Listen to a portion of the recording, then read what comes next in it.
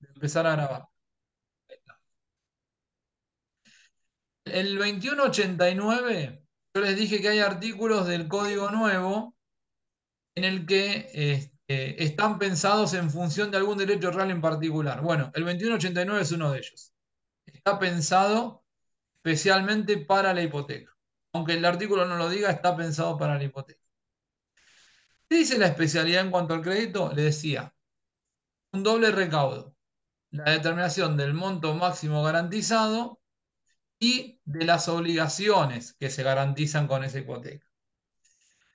Si en el acto constitutivo se dice las partes constituyen derecho real de hipoteca hasta la suma de 5 millones de pesos, la preferencia de cobro del acreedor es hasta 5 millones. ¿Sí? Supongamos que de la liquidación que practica el acreedor, el número final arroja un crédito de 8 millones, hasta los 5 millones cobra la preferencia que confiere la hipoteca, por encima de los 5 millones pasa a ser un acreedor pirografario. Obra prórrata con el resto de los acreedores. A su vez, la determinación de la especialidad en cuanto al crédito también exige individualizar las obligaciones. ¿Qué garantizo? ¿Garantizo un contrato de mutuo? ¿Garantizo un saldo deudor de tarjeta de crédito? ¿Garantizo el saldo deudor de una cuenta corriente bancaria? Eso lo tiene que identificar el acto constitutivo. En la concepción clásica, es decir, en lo que fue el Código Civil de Vélez Arfiel, solo se admitía este tipo de especialidad en cuanto al crédito, cuando se cumplían ambos recaudos, la determinación del monto máximo y la identificación de las obligaciones garantizadas. Durante el último tramo del siglo pasado, es decir, del siglo XX, empezaron digamos, eh, vislumbrarse en la práctica lo que se conoció como hipotecas de máximo o hipotecas abiertas, en donde se establecía el monto máximo, pero no las obligaciones. ¿Sí? Y donde tenían particular implicancia estas hipotecas en los contratos bancarios. ¿Sí? Un acreedor, ¿sí? El banco, brindaba una serie de productos al cliente y el cliente garantizaba el cumplimiento de esas prestaciones y otras que en el futuro nacieran entre las partes con hipoteca. ¿Sí? Esta forma de identificar la especialidad en cuanto al crédito había llevado a la jurisprudencia a declarar la nulidad de estas hipotecas porque entendían que violaban lo que en ese momento era el artículo 3131 del Código de Vélez. ¿Sí? Pero la realidad es que más allá de las constantes nulidades declaradas judicialmente, en la práctica este tipo de hipotecas se seguían eh, celebrando. ¿Sí? Cuando se redacta el nuevo Código Civil y Comercial, el legislador tenía en cuenta esta práctica. ¿Sí? Cometió el error en el 2189 de regular la cuestión de manera inadecuada. Y no nos vamos a centrar en eso porque nos llevaría mucho tiempo. Vamos a explicar qué es lo que dice la redacción actual del código. Bueno, el código contempla los dos tipos de hipotecas que hemos mencionado. Las hipotecas abiertas o de máximo, es decir, donde solo se determina el monto máximo garantizado, pero no las obligaciones garantizadas, y también reglamenta lo que conocemos como hipotecas cerradas, ¿sí? Son aquellas en las que tenemos determinado el monto máximo y las obligaciones. ¿Sí?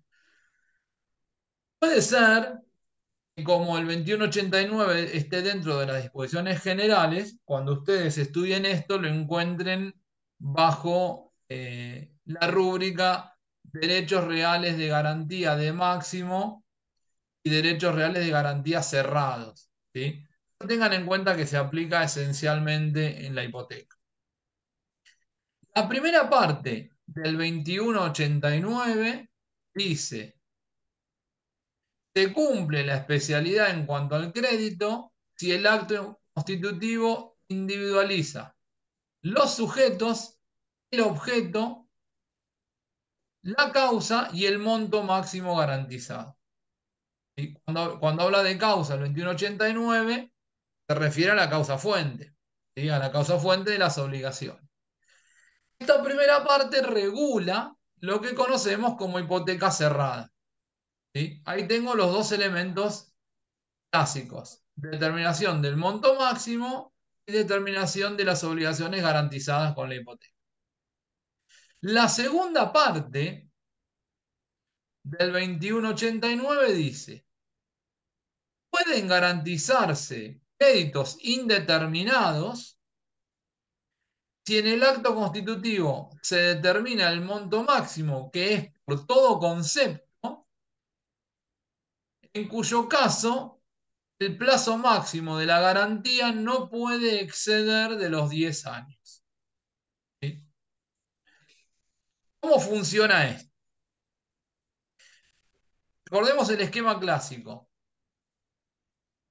monto máximo garantizado y designación de las obligaciones garantizadas.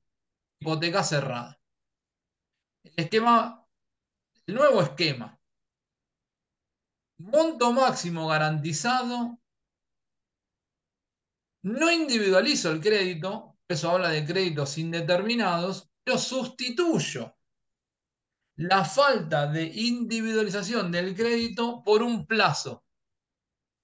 Cuando estoy frente a una hipoteca abierta, es decir, frente a una hipoteca sobre créditos indeterminados, el plazo máximo de esa hipoteca es de 10 años. Durante esos 10 años, las partes pueden constituir todas las obligaciones que quieran y afectar esa hipoteca a garantizar esa obligación. ¿Sí? Ahora, y acá hay una diferencia que distingue mucho a unas de otras.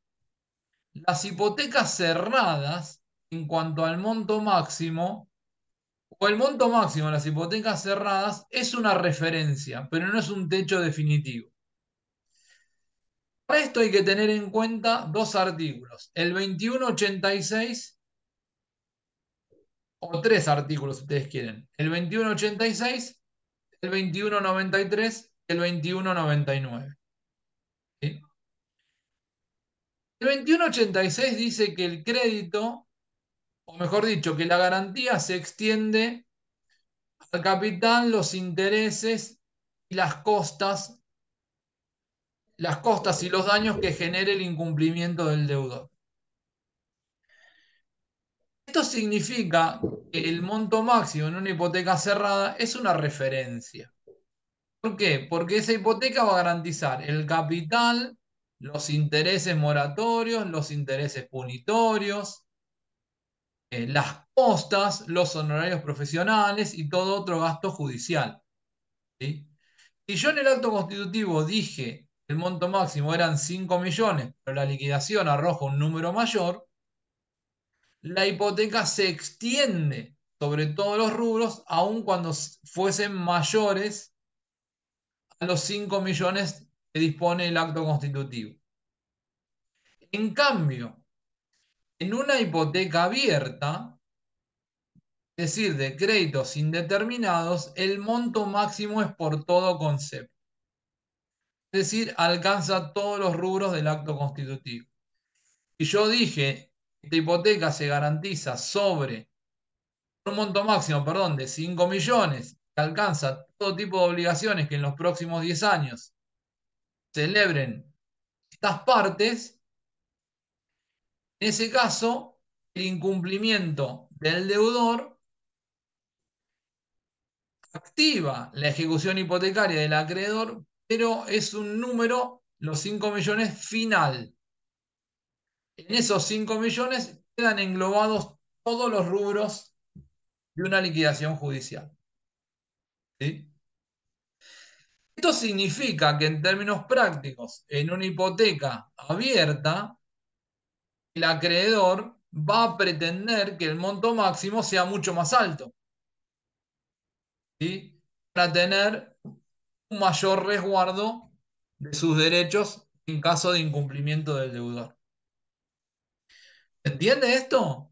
Muy importante.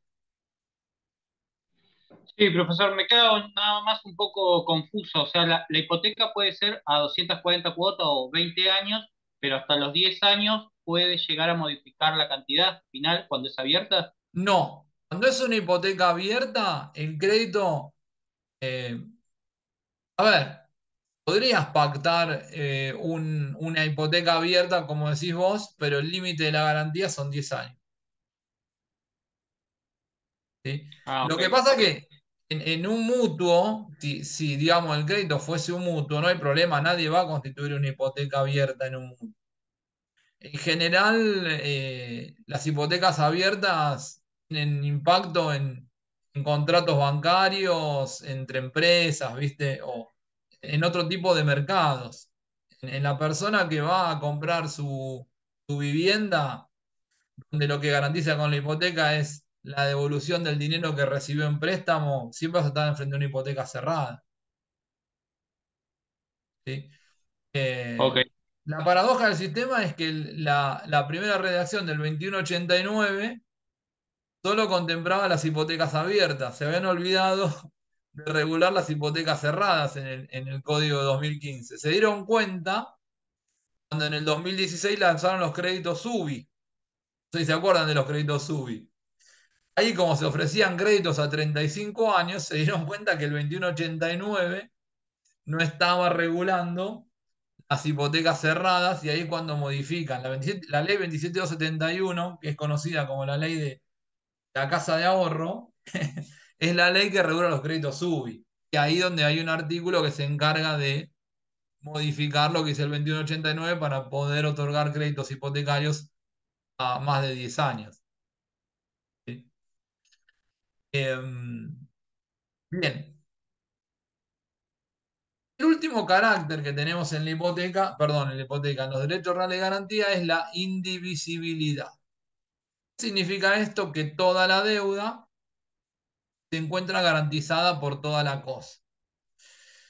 En otros términos, el cumplimiento parcial de la obligación no extingue parcialmente el objeto de la garantía. Hasta tanto sea satisfecha, hasta tanto, mejor dicho, no sea satisfecha en su totalidad la obligación, toda la cosa sigue garantizando lo que reste de cumplimiento. ¿Sí? Este es un carácter, se dice natural, que las partes podrían prescindir de la indivisibilidad y esto no afectaría la subsistencia de la garantía. De hecho, el código, esto lo van a encontrar normado, si mal no recuerdo, en el 2191, creo, no, 2192. Eh, el código dice que eh, puede suceder que por convenio las partes desafecten parcialmente algunos bienes de la garantía. Imagínense que hay dos inmuebles hipotecados.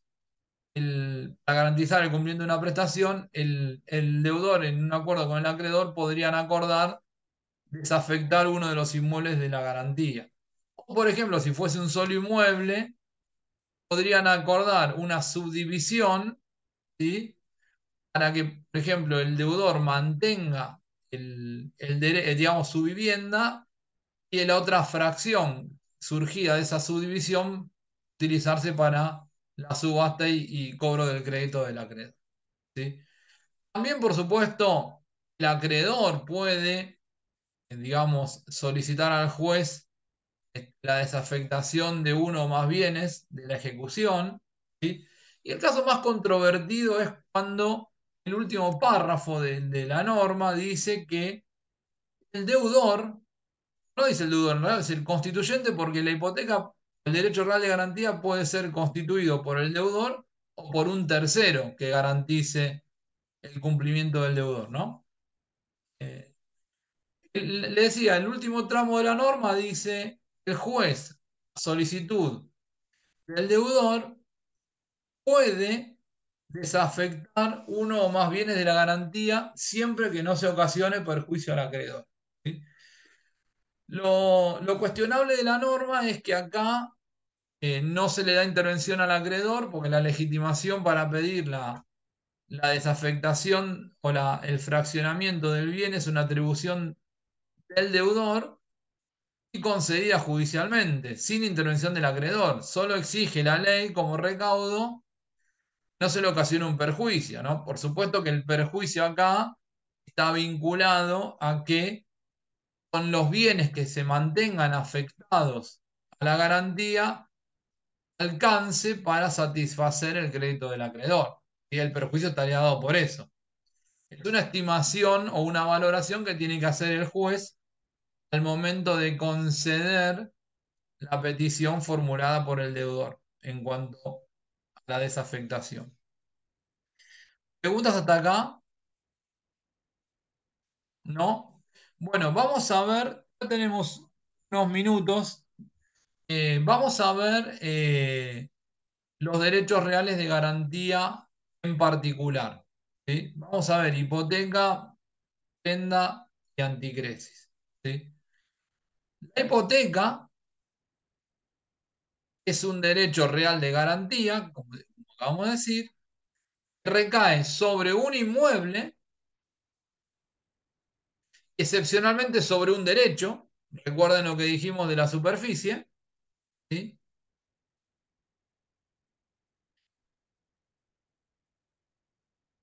Y que aseguran al deudor, perdón, que aseguran al acreedor el cumplimiento de la prestación, ¿sí? Facultándolo a la realización del bien en caso de incumplimiento. Es importante aclarar en la hipoteca, el inmueble hipotecado queda en manos del constituyente. ¿Sí? En la hipoteca, el acreedor hipotecario no recibe la posesión del inmueble hipotecado. ¿Sí? Queda en manos del constituyente. El constituyente puede ser el propio deudor, puede ser un tercero, garantiza el cumplimiento de la obligación. ¿Sí?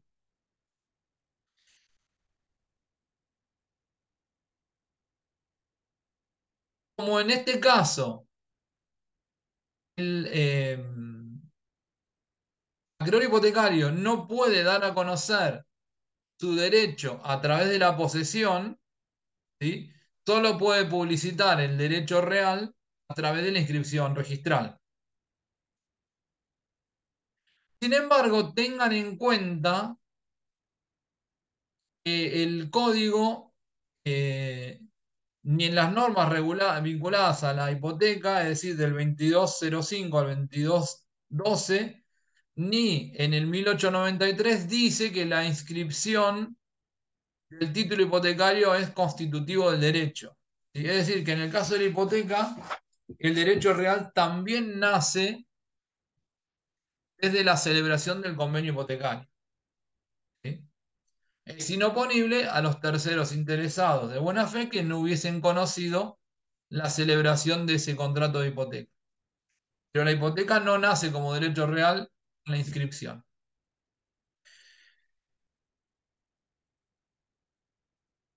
En materia de prenda, a diferencia de lo que pasa con la hipoteca, la prenda sin registro o prenda con desplazamiento, el objeto es una cosa mueble no registrable. En este caso sí, el derecho real se adquiere con la tradición posesoria. ¿Sí? Es decir, el acreedor prendario recibe la posesión. Esta es la diferencia sustancial con la hipoteca. La hipoteca, el bien permanece en manos del deudor, la prenda sin registro pasa de manos del deudor al acreedor. En cuanto a la formalidad, como en la hipoteca, estamos frente a un inmueble, se exige escritura pública, de acuerdo al 1017 del Código.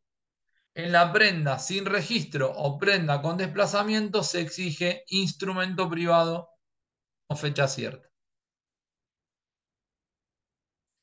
La otra alternativa sería la prenda con registro, en donde el bien queda en manos del deudor prendario, del mismo modo que en la hipoteca, pero en este caso se trata de una cosa mueble registrable, ¿sí? Por ejemplo, un automotor.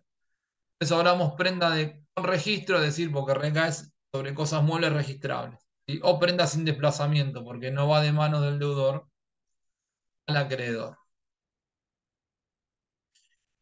Y finalmente la anticresis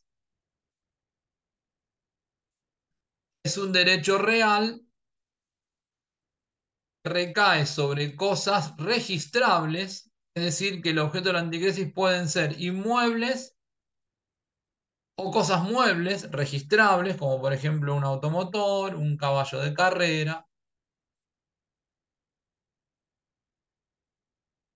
Y la posesión la ejerce el acreedor anticresista.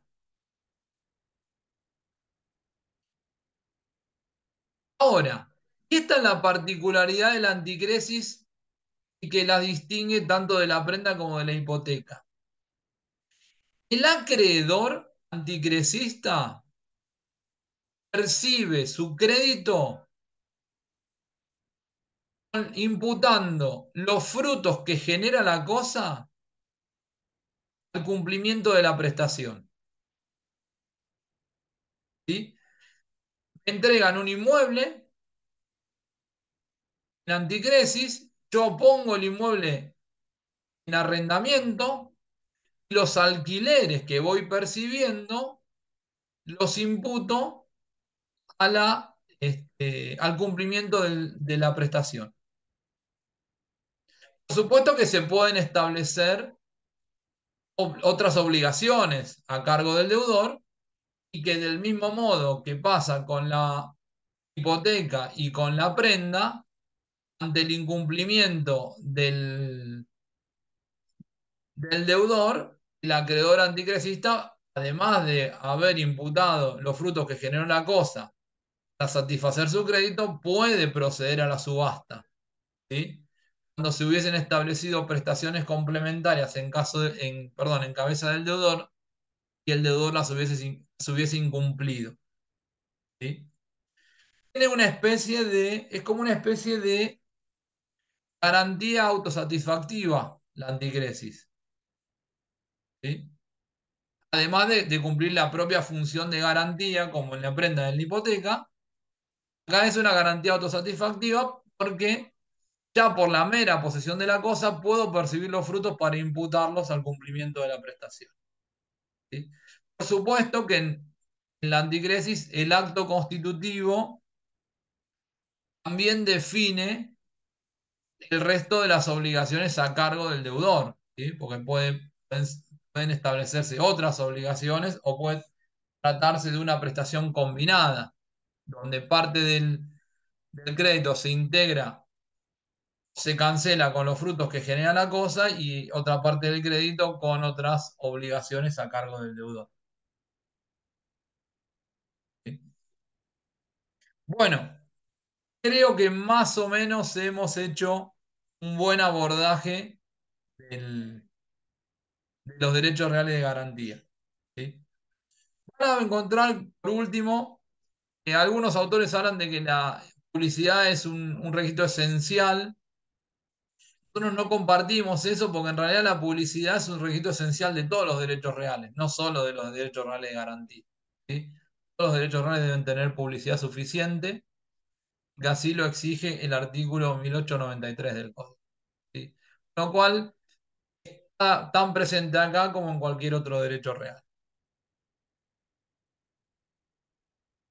Preguntas, dudas, inquietudes,